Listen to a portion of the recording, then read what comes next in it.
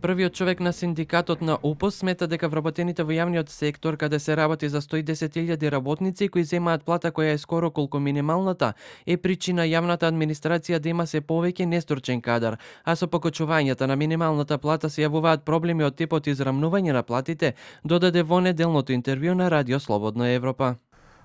Проблемот исто така станува што во законите, посебните закони за исплата на плата во администрацијата нас не поврзаа веќе со минималната плата.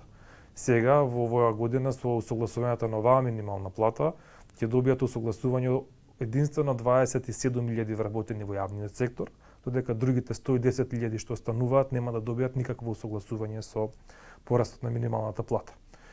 И оние вработени кои што ќе го добијат ќе бидат многу поблиску до минималната плата, него што ќе бидат до просечната плата. Од утре почнува и расправата за новиот закон за плати во администрацијата и колективните договори во јавниот сектор по барање на синдикалците.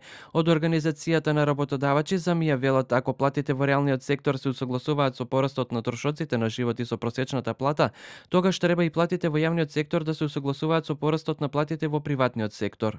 Како членови на Економско-социјалниот совет сигурно нема само да наблюдуваме што ќе се преговара затоа што на крајот на краиштата и нас не интересира висината на платите во јавниот сектор. Тие мора да зависат од порастот на платите во приватниот сектор затоа што во приватниот сектор се создава ново создадена вредност од која треба да се плаќаат даноци и придоноси за работниците и да се полни буџетот за да може потоа да се исплаќаат платите на јавниот сектор, така што тие две компоненти мора да ги гледаме заеднички. Од СДСМ велат дека откако тие се на власт од 2017 година минималецот во државата скокнал за 11.375 денари. Тоа на дело значи вистинска грижа и поддршка за нашите работници.